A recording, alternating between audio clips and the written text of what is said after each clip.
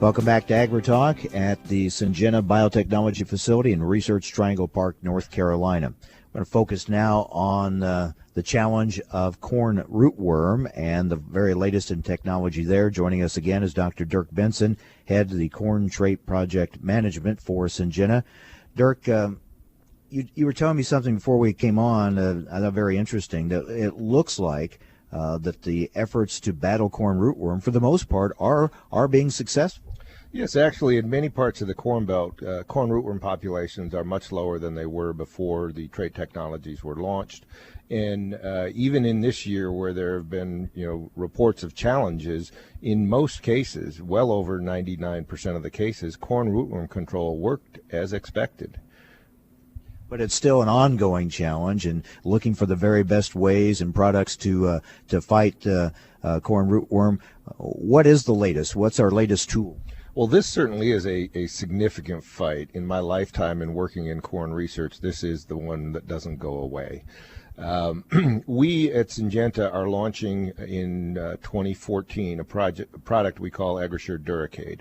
This is a new trait, a new mode of action for corn rootworm control. Tell us a little bit about it. And you said this is 2014, so we're kind of looking into the pipeline, looking into the future. But tell us more about it. Yeah, we're very excited about this for 2014. This is a trait that provides in our product lineup. It'll be a second mode of action.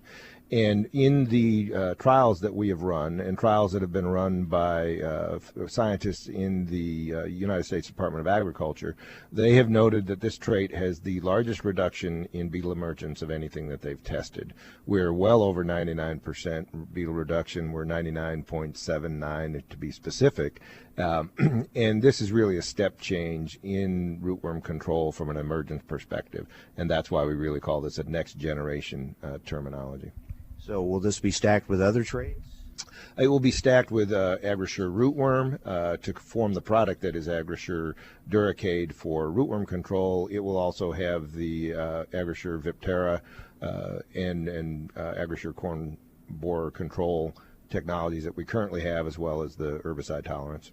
Okay, so how will Duracade then be different? What specifically does it offer that we don't have available now as a management tool? So this is really the first significant and new biotech rootworm management tool that has come out in quite a while. And as we know that with the development of potential resistance to these traits in the marketplace, adding a new control measure helps you reset the biological clock on these insects. And our objective is to not only reset the biological clock, but it also gives the grower additional management tools for his crops.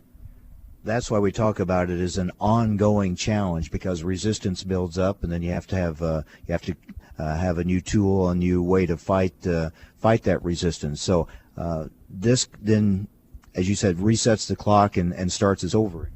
That it does, and it's really a part of not only an insect resistance management tool, but it's a part of an integrated pest management approach to dealing with these pests. If everybody thinks back a little bit, the tool we used for decades was crop rotation. And in the eastern part of Illinois and in parts of Indiana, all of a sudden farmers were saying, I'm not so sure it's working. And I can remember those days, and it still is definitely the case where you've got dispersal of the insects for egg laying into crops other than corn. So this insect has overcome some significant approaches to pest management. We've seen the launch of traits, and in a sense, with that, a number of farmers stopped using soil-applied insecticides. And as they're getting more concerned about the durability of traits, in some situations, they're bringing back those soil insecticides. And that's certainly apropos to the situations that some of these growers are up against. Okay, you said 2014. Kind of take us through the timeline here. So actually, we do have another exciting product that is coming to growers this planting season, and that is the AgriSure 3122 Easy Refuge. And we launched AgriSure 3122 in a block refuge for last growing season. And this growing season, we have the approval for a refuge in a bag, or AgriSure 3122 Easy Refuge. activities around developing these traits, so I'm going to talk a little bit about the new trait Agrasure Duracade, is a process from the time in which you make the decision we're going to start to commercial development of a new biotech trait. It's about 10 years. All right, so when the grower says this is new and exciting technology, in my role in the organization, I've done a decade, or my people, the people I work with and the people in this facility have done a decade of work to get it to you. So that's quite an investment in time and money before that product ever gets to the market. That is entirely correct. And a big part of that effort is not only in understanding how the trait works and the trait works, but it's also around making sure that we comply with the regulatory requirements, which are really around making sure that the trait is safe for not only human consumption, but feed grains and things along that line as well. And where will it be accepted? That's another big part as new traits are developed, making sure they are accepted in export markets around the world. Oh, that's entirely correct. And actually, when we start down the process of developing the data for the regulatory approval process, we target that we need certain countries and in place for approvals before we launch into the marketplace. And as we well know, though, that the expanding global economy and the exports are moving into new countries, we can get about halfway through that process, and all of a sudden we've got a new country to deal with.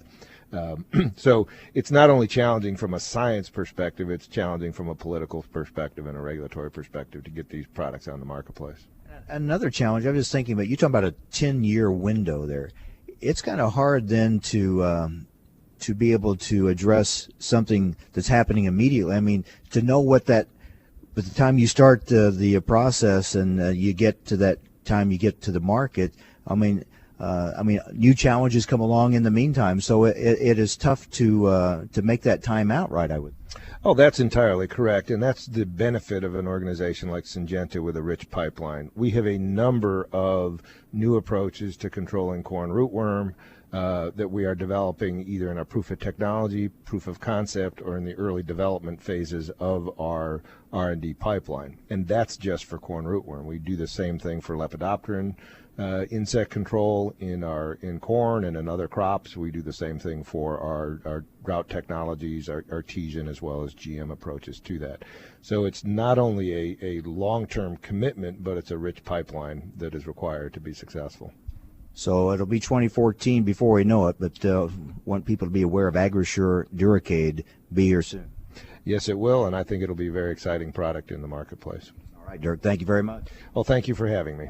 Kind of a look into the pipeline here at Syngenta, if you will, and in this case, in the ongoing battle with corn rootworm. That's Dr. Dirk Benson, head of the Corn Trait Project Management for Syngenta. All right, now tomorrow we're going to move over to Greensboro. We're going to talk about some more of the work being done at Syngenta. Some of the topics we'll be covering tomorrow.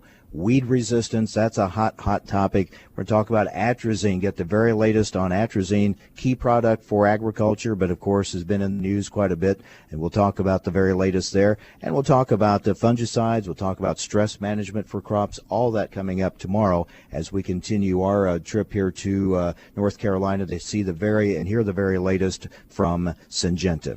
Again, next Monday and Tuesday, we're in Nashville for the American Farm Bureau Federation annual meeting. Busy time. Thanks for joining us today on AgriTalk, the voice of rural America.